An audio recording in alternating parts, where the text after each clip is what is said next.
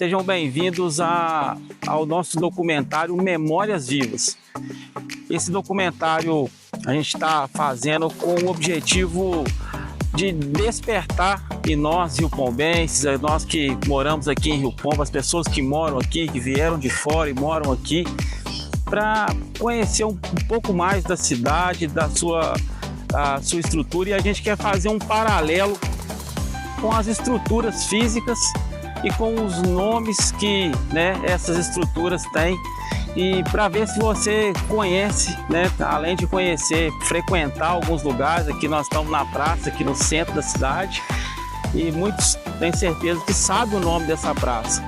A gente quer saber, tanto praça como outros prédios que você conhece, se você também sabe quem é a figura que dá ali o nome a essa pessoa. Então vem comigo nessa jornada. Olha aí, nossa primeira parada aqui nessa escola conhecida de muitos. E você sabe o nome dessa escola, né? A escola Padre Manuel de Jesus Maria. Agora, quem foi o Padre Manuel de Jesus Maria? Padre Manuel de Jesus Maria foi um cidadão nascido num distrito de Ouro Preto, chamado Glaura, em 1731. Esse cidadão era filho de uma escrava negra de origem angolana e um português, que era um dos proprietários dela. Então esse menino nasceu, e naquela época ele já nasceu com dois defeitos, para a época. Ele era filho de uma escrava e de um casamento, filho de uma escrava com um português, chamado de mulato na época, e sem casamento, Então isso naquela época era considerado um defeito de nascença, constava até no documento. E esse cidadão, o Padre Manuel de Jesus Maria, desde a mais tenra idade, demonstrou ser um menino interessado nas coisas da igreja, quis ser padre desde cedo. E teve uma enorme dificuldade, porque o mulato, para poder ser padre, já não era muito fácil, Só que o pai dele sempre proporcionou condições para que ele fosse avançando na vida, se tivesse uma educação, evitou que ele tivesse serviços como escravo, Mas assim mesmo, essa evolução no estudo sempre foi difícil. E ele, com essa demonstração muito forte, segundo os historiadores, documentaristas, essa vontade de ser padre, fez com que muita gente proporcionasse condições para que ele fosse ascendendo. E naquela época existiam algumas exigências do tipo, para ser padre tinha que ter um certo patrimônio. Até nisso ele foi beneficiado por várias pessoas que tentaram fazer com que ele pudesse alcançar esse título, de ser um padre. A história é longa, O fato de ser um mulato, hoje nós chamamos de negro, um mulato naquela época, naturalmente causou muitos constrangimentos, muitas dificuldades para ele. Há relatos que eu pessoalmente não tenho como confirmar, mas há historiadores que defendem o fato de que ele foi até a Bahia para uma escola de padres, um seminário, para aprender a ser padre. Ficou lá um bom tempo. Bom, o que importa é que ele só conseguiu ser padre por volta dos 31 anos de idade, na cidade de Mariana. Ele já ajudava lá em muitas igrejas e chegou um momento em que o governo, naquela época, a igreja e o governo trabalhavam conjuntamente. Então o padre não era só um salvador de almas, ele também era o representante da coroa no local onde ele vivia. Esse é um detalhe assim que historicamente dá para aprofundar muito. O que importa é que foi oferecido a esse cidadão, o Padre Manuel de Jesus Maria, que viesse na direção dos sertões do Pomba, que era considerado uma área de muito perigo apesar de ser uma área de escoamento do contrabando de ouro e pedras preciosas, porque o Rio Pomba, quem olhar no mapa, vai verificar que o Rio Pomba vai desaguar no Paraíba e do Paraíba vai ao litoral de Campos, ou seja, chega bem próximo aqui do litoral fluminense. Então, o escoamento de ouro saía em várias direções e aqui era um local de muita mata, muito fechado, e havia relatos de índios muito bravos nessa região. E ninguém queria vir para cá, naturalmente, né? Bom, pegaram esse padre mulato, formaram uma grande caravana, né? Inclusive com pessoas que conheciam o caminho. Eu não me lembro dos nomes dos personagens que vieram, mas estão nos relatos, né? E nesse caminho para cá, seguindo provavelmente a beirada dos rios, né? O Padre Manel, segundo os historiadores, veio chegar aqui onde o Rio São Manuel junta com o Rio Pomba, tem ali a subida que dá a rua que hoje nós chamamos de Rua Quirico Marini, a Rua do Imparcial, que dá de frente para a Matriz. Então ele teria subido esse barranco e se estabelecido nesse platô, onde hoje é a nossa igreja, e ali ele se ajeitou, a caravana se acomodou e em 25 de dezembro foi rezada a primeira missa que marca a inauguração da cidade de Rio Pomba, né? Desse pequeno núcleo, né? Na época, 25 de dezembro de 1767. O padre se estabeleceu com a obrigação de resgatar a alma dos indígenas que tinham nesse local e, naturalmente, começar a desbravar essa mata fechada e proporcionar condições para que a coroa, né, e os próprios colonos pudessem viver aqui, criando dessa forma uma condição para que a coroa tivesse um controle dessa região. Como ele viveu aqui de 1767 a 1811, quando ele faleceu, ele fez várias incursões por essa mata e criou a cidade de Mercês. Ele tinha uma consideração muito especial pela cidade de Mercês. Ele fez uma incursão, criou a capela que hoje é Dores do Turvo, criou a capela que antigamente chamava São João Batista do Presídio, hoje é Visconde Rio Branco, nem existia o bar, e há relatos de que ele fez outras incursões até mais longas, como, por exemplo, na capela que ele visitou em Viçosa. Então, para nós que gostamos desse personagem, para os historiadores que falam muito desse personagem, a gente tem a certeza de que, graças a essas incursões dele, visitou o Porto Novo de Cunha, que hoje é Além Paraíba, visitou a Meia Pataca, o córrego Meia Pataca, que hoje é Cataguás, visitou a cidade de Leopoldina. Então, assim, essa movimentação desse padre ao longo de todos esses anos fez com que ele fosse um verdadeiro desbravador. E se nós imaginarmos que Rio Pomba, como nós temos certeza pelos registros históricos, que Rio Pomba é a mais antiga cidade da Zona da Mata e que esse padre fez essas incursões todas para poder salvar a alma dos índios, levar a educação inicial para essa população que estava aqui, não só dos indígenas, mas dos poucos colonos, e representar a coroa nesse espaço, a gente pode dizer que esse homem foi um verdadeiro herói, não só de Rio Pomba, mas da Zona da Mata Mineira, porque ele abriu os caminhos.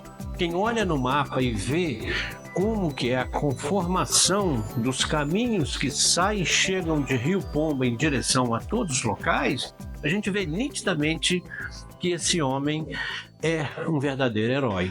Agora eu estou na frente de um outro prédio, um outro lugar, um outro local, que eu acho que muitos também conhecem. E será que você sabe aonde que é esse local aqui? Hein? Você que é de Rio Pomba, Rio Pombense, conhece esse local? Quem sabe? Qual que é o nome dessa escola aqui, ó? Escola Estadual Professor José Borges de Moraes. Acredito que a grande maioria dos riopombenses, né? Qual que é o nome da escola aqui onde vocês estudam? E agora eu vou perguntar para vocês sabem me falar quem foi o José Borges de Moraes?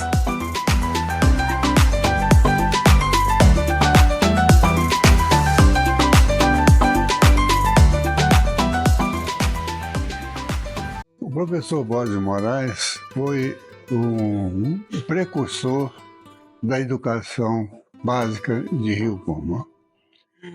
Ele foi um homem que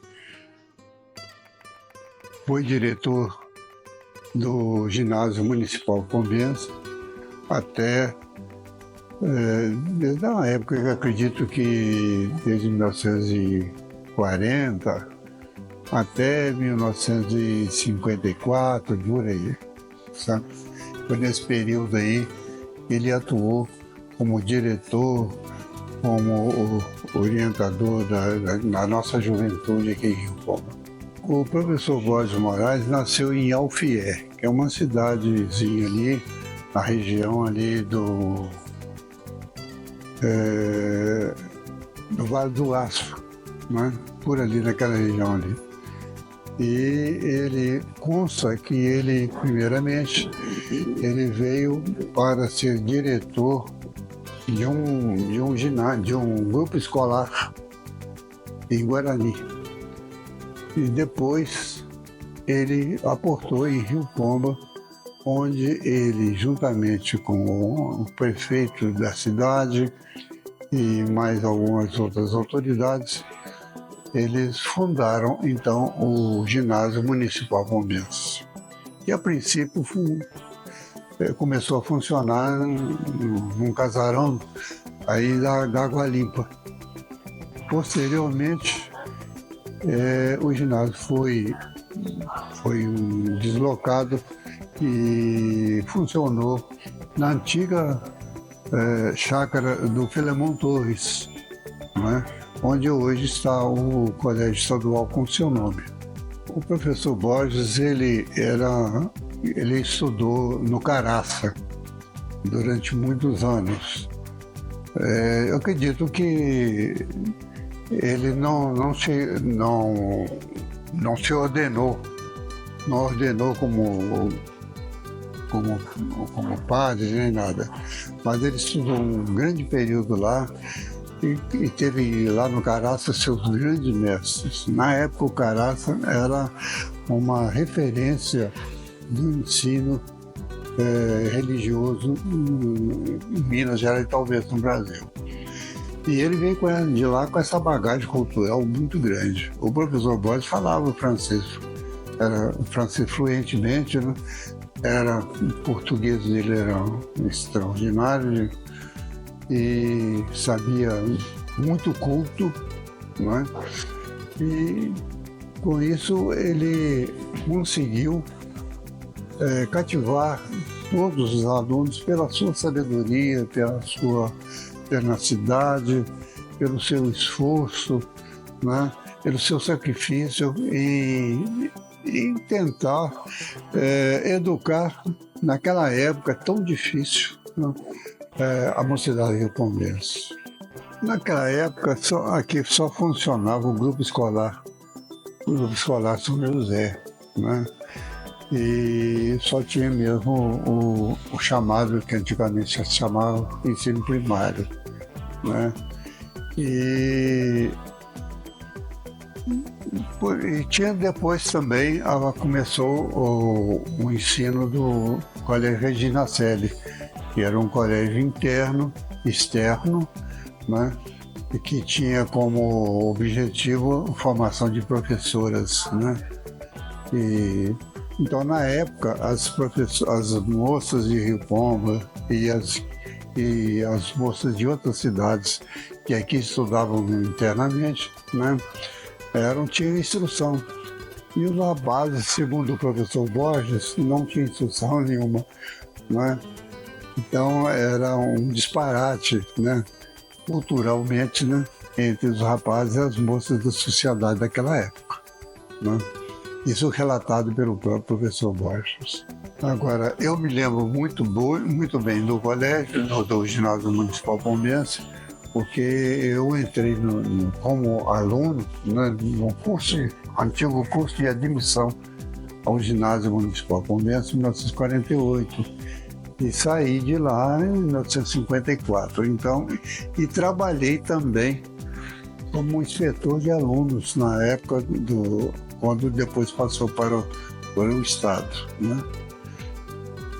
Antigamente o ginásio mantinha um sistema de internato e terminou em 1954, porque posteriormente o ginásio passou para a área do Estado e o Estado não admitia internato, né?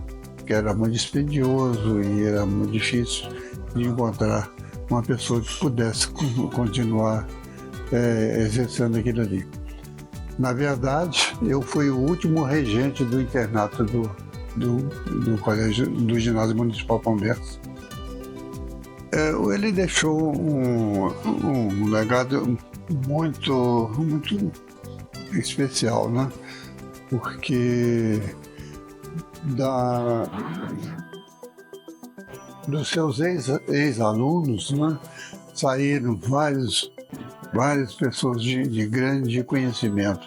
Saíram vários médicos, vários advogados, né, e pessoas de muito grande de instrução e que muito devem a ele sobre esse coisa. O professor Borges viveu exclusivamente foi ensino, sabe?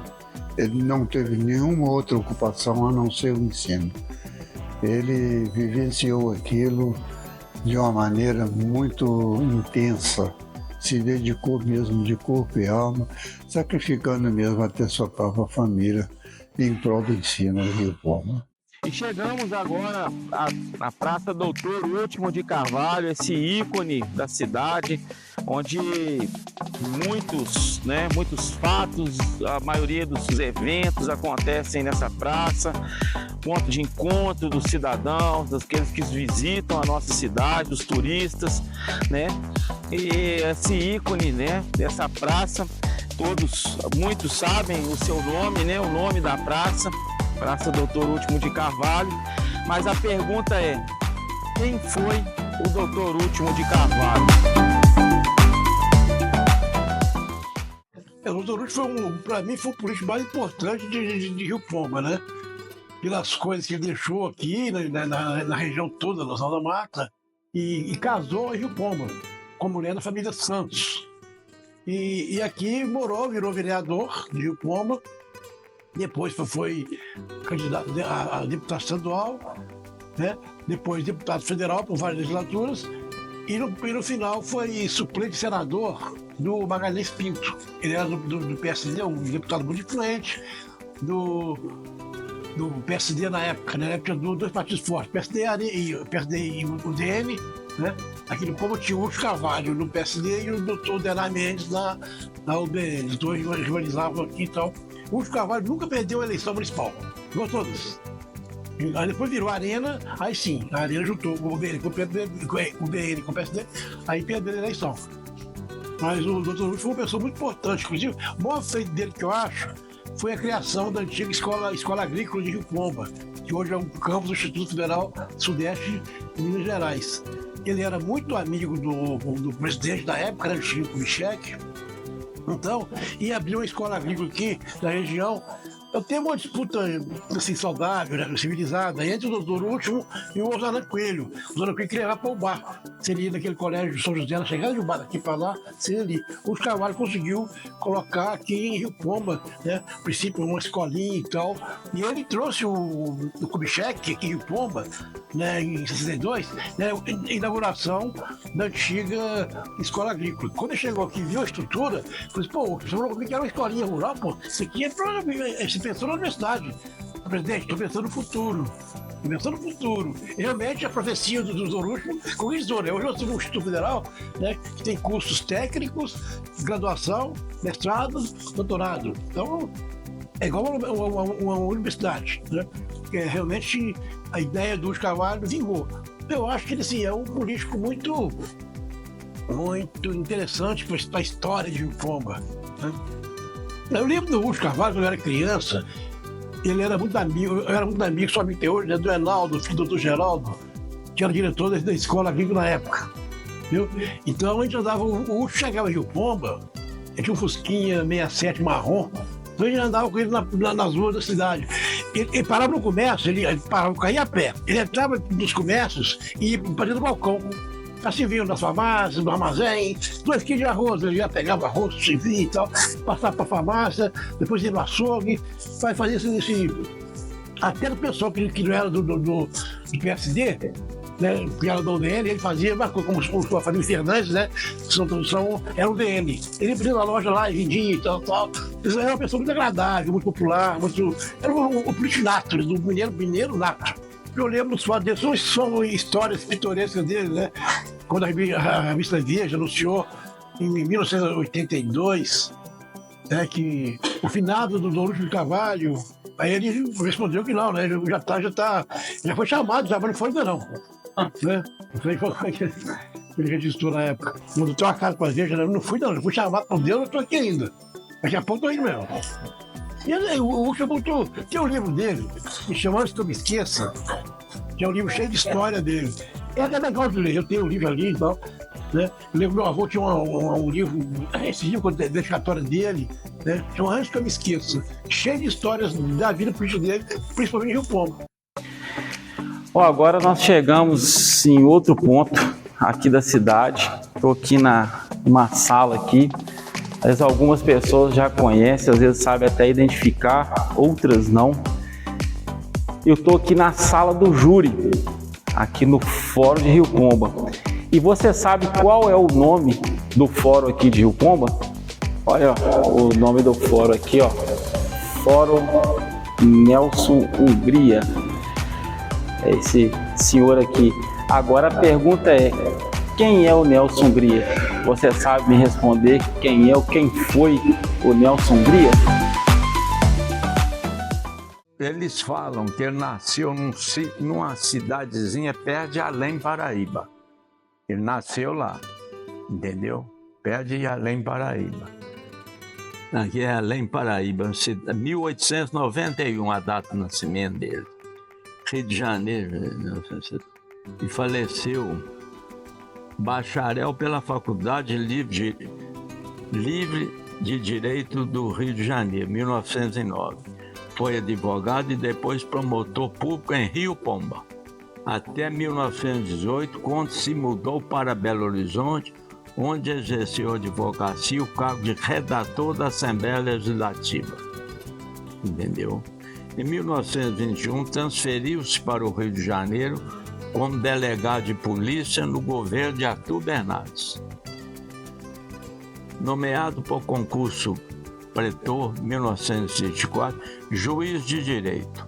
1935, desembargador. 44, docente de direito penal da Faculdade de Direito do Rio de Janeiro. 1935. Integrou a comissão revisora de projeto do atual Código Penal e da Lei contra Contravenções Penais. E fez parte da comissão de redação do Código de Processo Penal, vigente. Na mesma ocasião, foi o autor da Lei de Economia Popular, presidente do Supremo Tribunal Federal, 1959, e ministro do Supremo Tribunal Federal, 51. Aposentado em 1901 por idade. Autor do anteprojeto do novo Código Penal Brasileiro, entra em vigor em 1972. Fraude penal, crimes em espécie, legítima defesa putativa, questões jurídico-penais, novas questões jurídico-penais, crime contra a economia popular, 1940. Comentários do Código Penal, 8 volumes, em 1944, 58. Isso até a mensagem eu fazer, você está entendendo? Vão dizer, seria até um benefício conhecer um homem desse, né? É uma curiosidade que você vai ter e quer saber o que é. Devia ter uma cultura fora de série, devia ser. Parecia ser um homem sério. Ele teve uma vez, ele foi excursionando na China, na Rússia. Eu era rapazinho, ele foi excursionando na Rússia. E depois que ele voltou para o Brasil, ele fez uma conferência no Clube dos 30 explicando o que era a Rússia. Eu lembro disso. Então, de vez em quando ele saía, a gente via, mas não tinha assim, para aproximar do homem desse, né? Ele via muito aqui. E a senhora dele era filha aqui do Pomba. Inclusive, tem uma passagem dele, eu acho que eu falei com você ontem.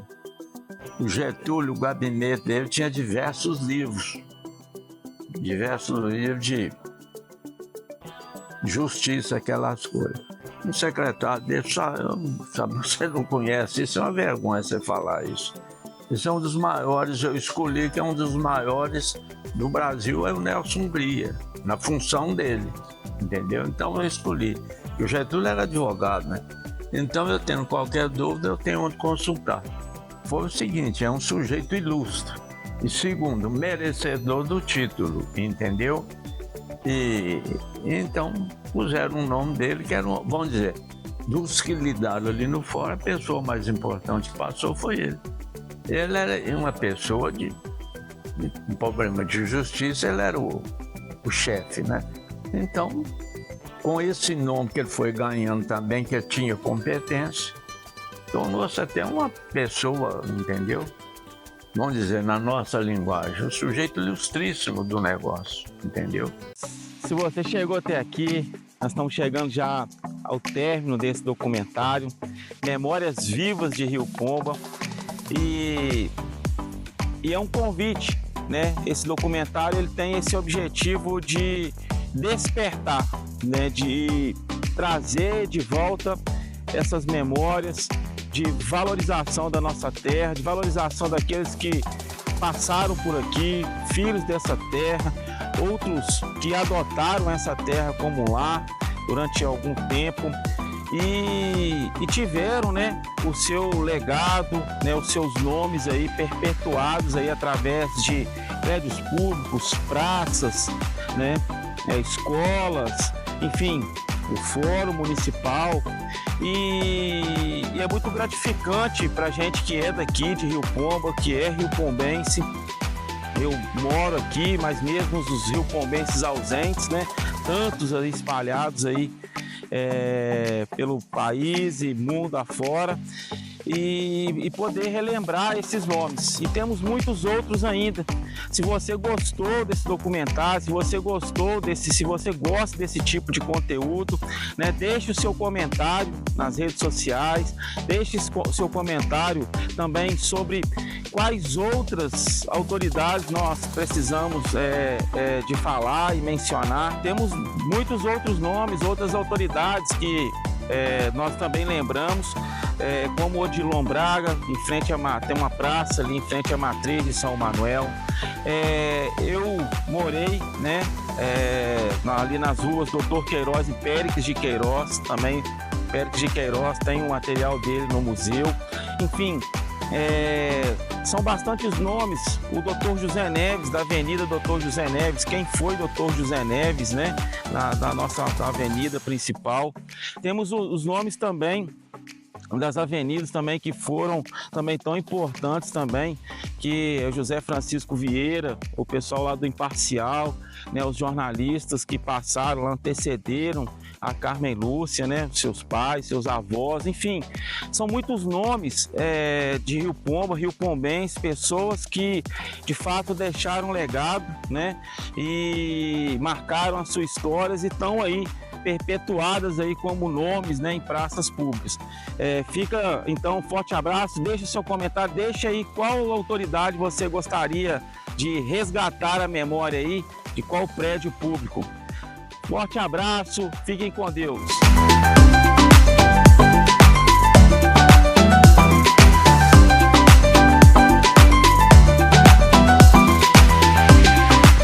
Olha, você que gosta, né, da história da nossa cidade, dos personagens, de saber mais sobre o nosso passado, fica o convite para você vir aqui, ó, no Museu de Rio Pomba.